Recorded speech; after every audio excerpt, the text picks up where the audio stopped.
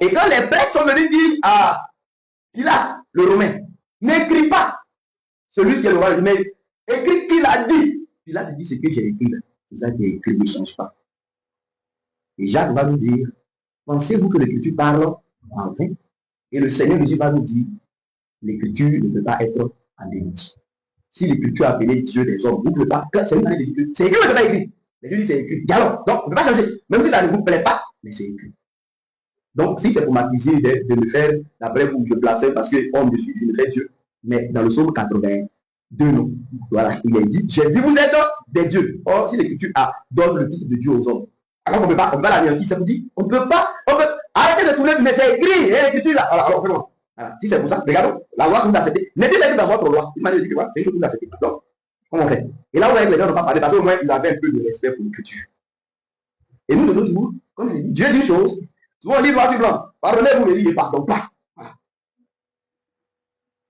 Mais, et de l'orgueil, qu'est-ce que l'humilité? L'orgueil et l'humilité se définissent par la position que nous prenons par rapport à la parole de Dieu. Ouais. Celui qui est humble, ce n'est pas lui qui, quand son père spirituel descend à l'école, il se couche, qui marche sur lui. Non. Celui qui est humble, c'est lui qui fait comme enthousiaste, il dit que ce qui est dit là est vrai, c'est moi qui suis en erreur. La parole de Dieu est vraie. Celui qui prend la posture de s'abaisser devant la parole de Dieu, il est humble. Mais quelqu'un qui peut lire quelque chose de la parole de Dieu, la sainte parole de Dieu, et puis, oh, hier j'ai vu quelqu'un blasphémant sur les réseaux sociaux, chapeau,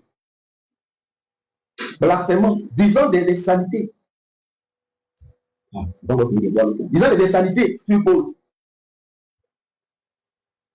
Mais, des gens comme ça là, d'après le Seigneur Jésus, comment échapperez-vous au jugement de la chair? Parce que la parole de Dieu, vous ne la craignez pas. Vous lisez noir sur blanc, ce qui est écrit. Je me dis, ayez au moins même de la crainte et puis trompez-vous de la compréhension.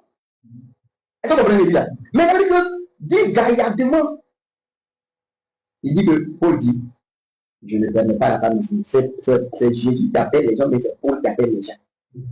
Il y a des gens, même souvent, il y a des péchés, Satan même a peur de faire là. Il leur fait la passe. Il faut. Péché même Satan, tout le monde. Comme quelqu'un disait, que même nier qu'il y ait Dieu là, même Satan, ça là, lui-même n'a pas encore pu faire ça. Mais les hommes, ils font ça. C'est-à-dire que Dieu n'existe pas. On sait que Satan, lui-même n'a pas le courage de dire ça. Mais il fait la passe. Puis il y a les pauvres jeunes scientifiques, avec leur cerveau de 400 grammes, les réfugiés qui disent que Dieu est mort. Sauf que les scientifiques disent Dieu n'existe pas. Il dit que ça, péché qu'il y a là, Satan a peur de ça. Mais il fait la passe, il dit ça. Et même un démon là, il dit, je sais qui est Paul. Quand il dit Paul, il est qui? Est-ce que tu vois? Démon là dit, je connais qui est Paul. Quand il dit que Paul, il ne sait pas pour qui. Ça veut dire que démon là, respecte Paul. Toi, tu ne le respectes pas. Ah, Dieu nous sanctifie. Alléluia. Je faisais cette parenthèse pour dire que personne ici n'aille imposer quelque chose à quelqu'un. Que personne n'épie son frère ou sa soeur. Quand vous voyez une soeur, ne regardez pas ses oreilles, ses cheveux, ses chaussures, ce n'est pas votre rôle. Mais je veux dire, pour aussi avoir la paix, n'en dirons pas la vérité.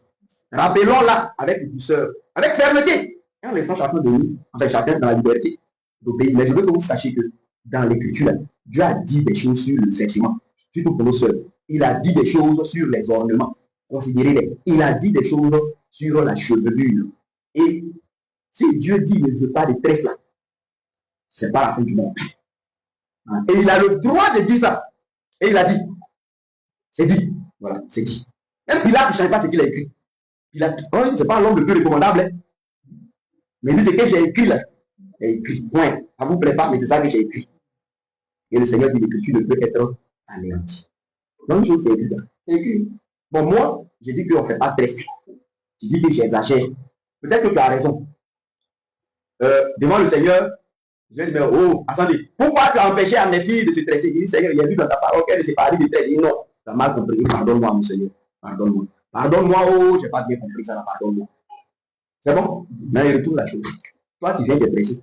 Et puis, tu fais dire l'écriture que je ne veux pas que les serments se parlent de tresse. Toi, tu as dit quoi? Et non, c'est parce que ça vient, tu vas expliquer ça au Seigneur. Prends ce qu'il a dit là. Prends ça. Maintenant, qu'ils te disent que non, tu aurais dû comprendre ça mieux. Mais il ne faut pas lire ce qui est écrit. tu fais gaillardement le contraire, puis tu t'en vas sans crainte à la rencontre du Seigneur. C'est très dangereux. Et souvent, il y a des gens qui vous disent, faites ça arriver au ciel, on va voir. Je vous dis chaque fois qu'on ne passe pas d'abord au ciel pour aller en enfer. Donc, peut-être que en faisant ça, quand ton temps finit, tu vas en même temps en bas. À quel moment tu vas voir? Un jour, monsieur Gédon, tu vas dire que si on arrive au ciel et que, genre, on dit c'est trompé là, il va dire voilà celui qui, dans Zobel à Godio, quoi. Voilà celui qui m'a enseigné ça. Et puis les gens rient, mais vous l'avez maudit, hein. C'est maudit. Qui a dit qu'on va au ciel d'abord avant d'aller en enfer? Et puis quelqu'un vous dit telle chose, il ne va même pas dire voilà Paul, il dit voilà Zobel à Godio. Quelle est son autorité? Vous dites voilà Paul, c'est lui qui a dit voilà Pierre, voilà Jésus, Seigneur. Est-ce que tu as dit là qu'il est rappelé, on dit que non, tu as mal enseigné. Ah, Seigneur, pitié. Zobel à Godio, qui est? Donc voilà, qui suis-je? Ce que je dis là n'a aucune valeur si ce n'est pas une répétition de ce que j'ai dit les apôtres. Ça n'a aucune valeur. Et j'ai dit un jour que le ministère des apôtres, et oui, pas fortifié, le ministère des prophètes, le ministère des évangélistes, le ministère des pasteurs, des docteurs, ce qu'on a pour pas appeler les ministres de la parole. Écoutez bien mes frères, écoutez bien ça. C'est l'écriture. Il a expliqué ça. Je crois qu'on dit chez vous là. Leur ministère consiste à nous dire de vivre voix ce que les apôtres ont écrit. Leur ministère consiste à nous affermir de manière développée, vous me suivez non? Dans ce que les apôtres nous ont écrit de manière condensée. Voilà en quoi consiste le ministère des prédicateurs. Quand il y a la réunion à Jérusalem, vous vous rappelez non? Par rapport au sujet de la circoncision.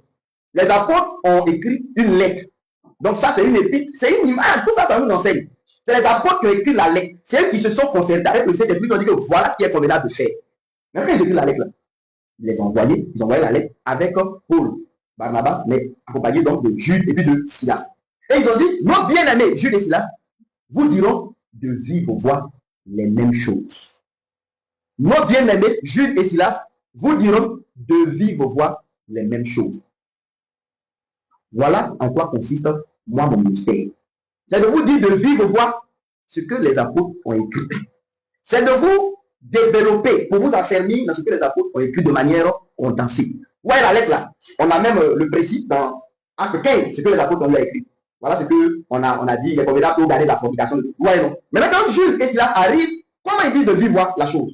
Ils veulent parler de l'histoire de Joseph, qui a refusé le lit parfumé de l'adultère, d'accord, avec la femme de Potiphar, et qui en a reçu une bénédiction, même si sur le champ là, il a été mis en prison. Après cette histoire-là, c'est pour que les frères puissent se garder de quoi? De la fornication. Et c'est ça que les apôtres avaient juste dit, gardez-vous de la fornication. Ils peuvent prendre l'histoire de Baal Péor, vous l'appelez ça, avec les Israélites qui ont été séduits par les filles de Moab, et 23 à 24 000 ont été mis à mort. Et Moïse dira dans le Deutéronome, mais vous qui vous êtes attachés à l'Éternel, vous êtes encore vivants aujourd'hui. Jude et Silas vont prendre ces histoires-là pour pouvoir affermir les frères dans quoi? Dans le fait de se garder de la fornication. Voilà le ministère que les ministres de la parole doivent faire. Ils ne doivent pas, par exemple, nous expliquer des choses jusqu'à nous se rend compte que déjà on peut forniquer. Alors que les apôtres disent, gardez-vous de la fornication. Donc, un ministre de la parole, il ne doit dire autre chose que ce que les apôtres ont écrit.